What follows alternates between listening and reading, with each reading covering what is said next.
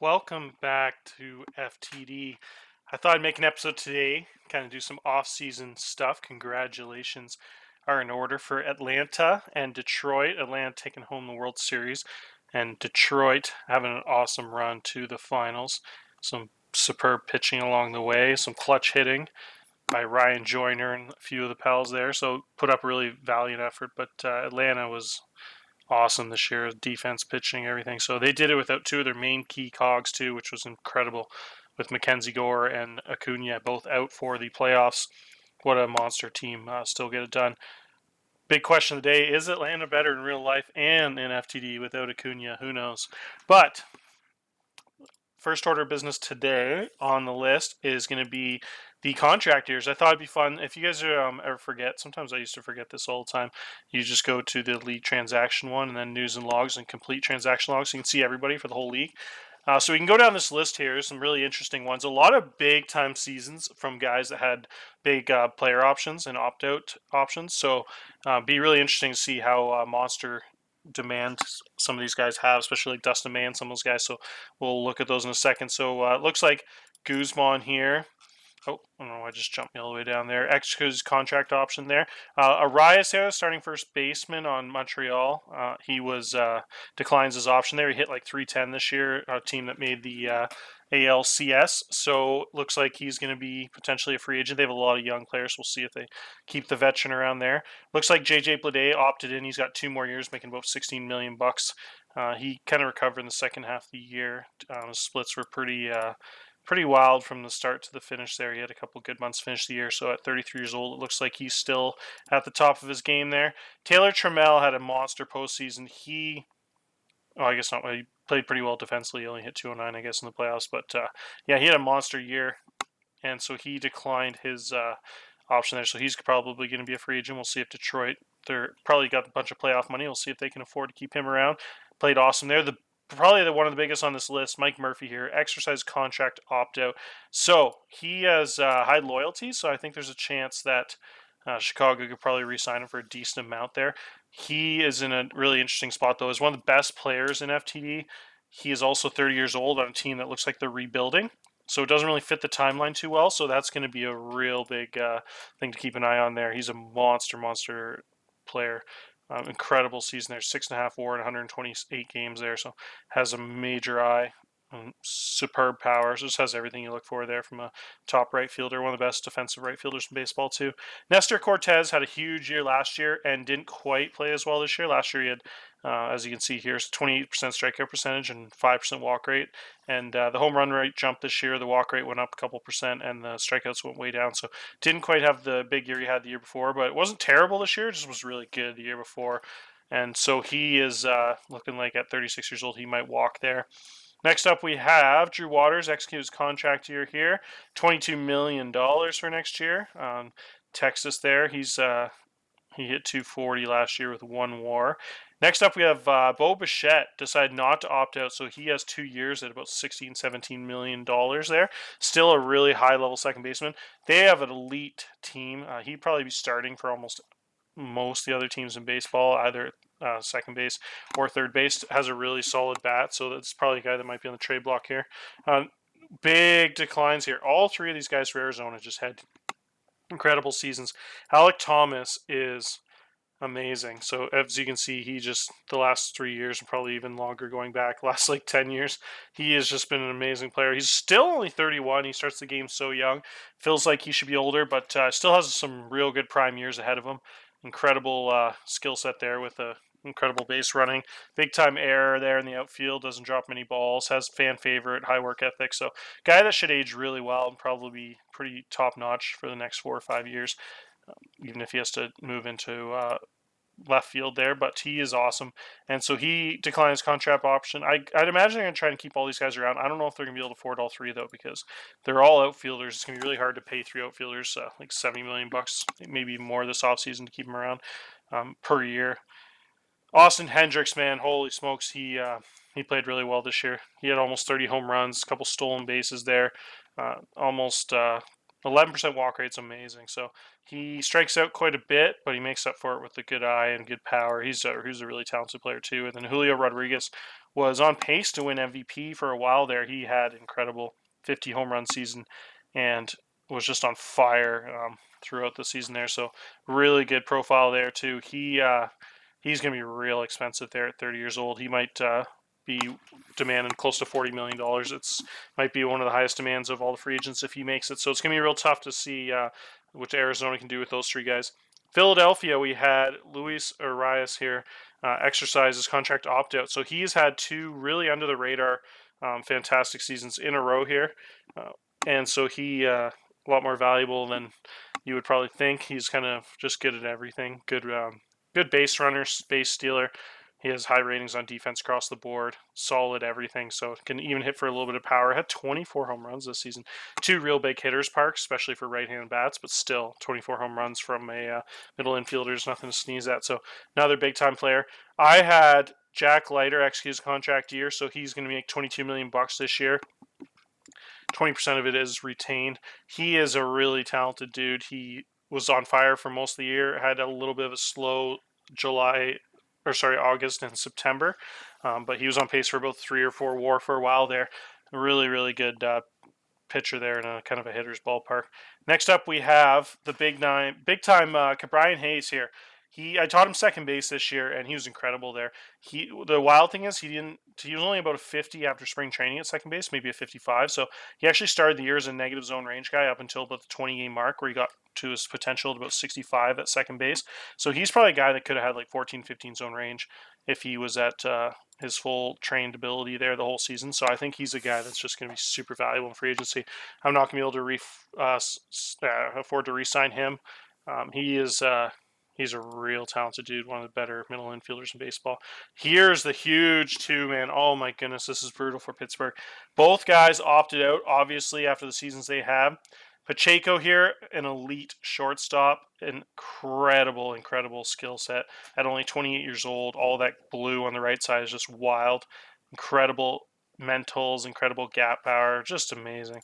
And so he declined it, and we had Ed Howard opt out also. Both guys just had unbelievable seasons. One of the highest combined WAR I've probably ever seen from a middle infield, almost 15 WAR between those two. So I can't imagine Pittsburgh's going to be able to re-sign both. If it's a real tough choice too. They're so similar. It's hard to pick between them. I think Pacheco. It's always harder to find a shortstop, and especially the fact that he's a captain and all that stuff. So you'd think he'd be the leader, but I don't know, man. With how good Ed Howard's season was, holy crap, he was just 61 stolen bases, some of the highest base running stats you've ever seen. And he was real solid with the bat. 380 on base percentage from a second baseman with that kind of defense and running. I mean, those guys are as good as it gets. So that's going to be a big one. And the other huge one here is two more, I think.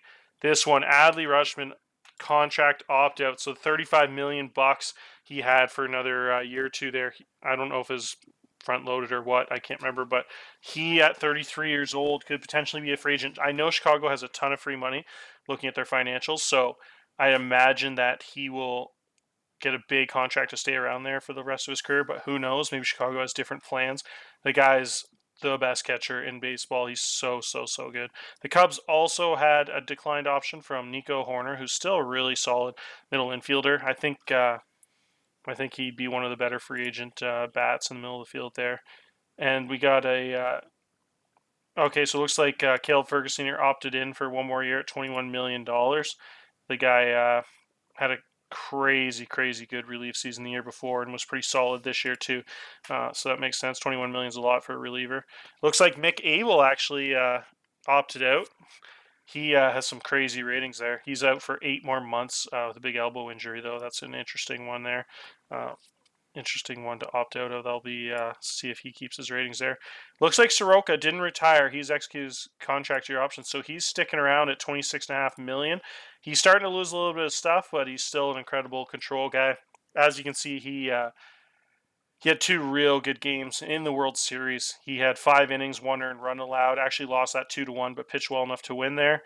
And then he had a monster game. He went almost 7 innings with 0 earned runs, 1 run surrendered in a crazy 9-1 victory. So one of the best players on the World Series winning team. deserves that kind of money for sure. Majaya actually declines his contract option. He had, I don't think he was making a ton. That's a little surprising to me. I guess he wants to test the market. I think he signed 2 years, 30 million. So he was actually on pace to make 16 million coming up. I'm very surprised that he declined that actually. And next up, we have Atlanta. Another guy, Elliot Ramos, was incredible in the playoffs. I think he won World Series MVP. The guy hit 270 with 20 home runs this year. So he looks like he wants to test free agency or potentially get re-signed at a higher number there in Atlanta. And then we got a big shortstop here opting out. Morel here, big time ratings across the board there. And then two more big ones. We got Houston Astros decline the option from Zach Gallen. Gallen is a monster talent.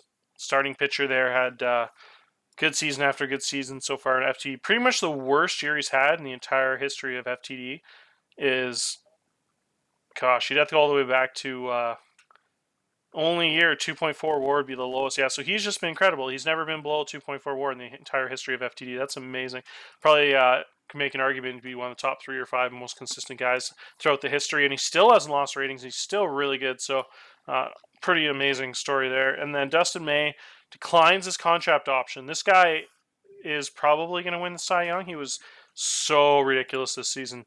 As you can see, he led the league for starting pitchers in WHIP, home runs per 9, hits per 9, WAR, had a crazy 18-1 record. He was just phenomenal and just amazing guy that has a really bad personality, so that kind of is a little scary. That doesn't really matter though when he's that good. It kind of makes up for it, but he also has the high greed, so he could be very expensive in free agency. So we'll see what happens, but holy smokes, what a season he had. And then last of all, I think we'll just end the episode on some I thought that was Berg for a second for Detroit. A lot of release here from a couple teams there. Probably some minor league guys. We got some big time retirements too. I thought I would mention. Really cool one here. We have Arenado retiring and instantly getting his number retired. That's really cool. The game does that. So Arenado just comes up shy of the 100 career WAR. Guy finished with 613 career home runs. One of the best players in baseball history with how many Gold Gloves he had. His history is just incredible. He was a 14-time Gold Glover, 10-time best hitter position. I always forget to, yeah, it does count the Gold Gloves from before the league starts. I know in the old games I don't think it did, but I could be wrong. Next up, we have DJ Peters retired.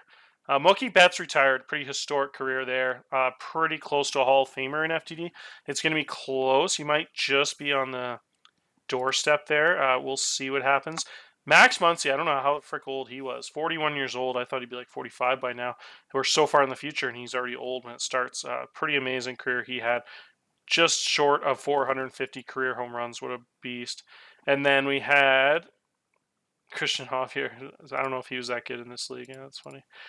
Next up, we have, for big names here going down the list, David Bednar, pretty talented dude. James Karinchak in some other leagues. He always turns into an absolute monster as a closer. AJ Minter is a real talented dude early on in FTDs, one of the better lefties options in the leagues out of the bullpen.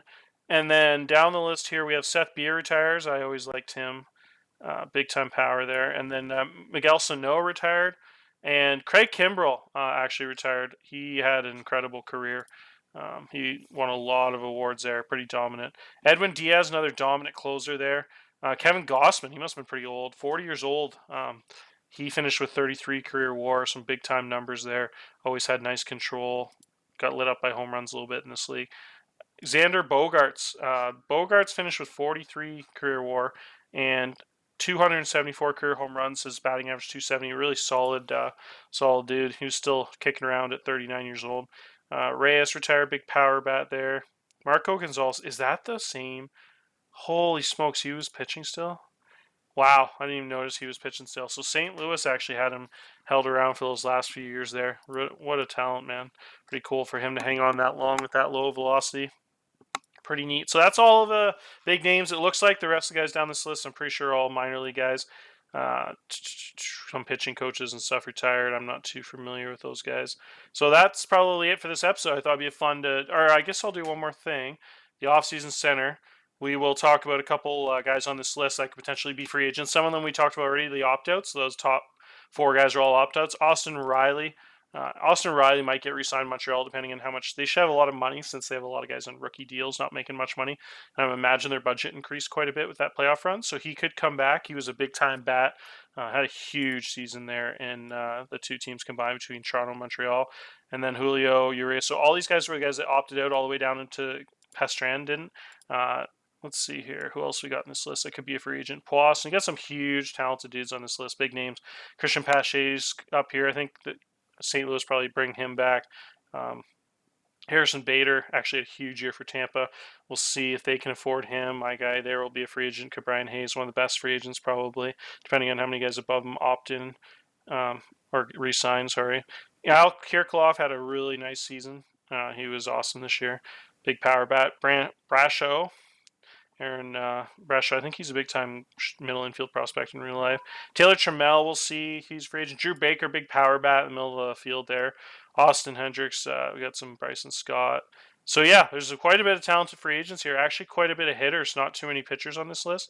There's a few, but it actually looks like a pretty heavy hitters free agent class. I know most of these names, probably almost half this list, will probably resign, but there's definitely going to be a couple names that squeak through here. And these two at the top are really intriguing. So all eyes on Pittsburgh and Arizona, with the three outfielders in Arizona and the two middle infielders in Pittsburgh, all looking make bank, get rich, die trying. So anyways, that's it for this episode. That was fun. I hope you guys enjoyed. If you stuck around to the end, cheers.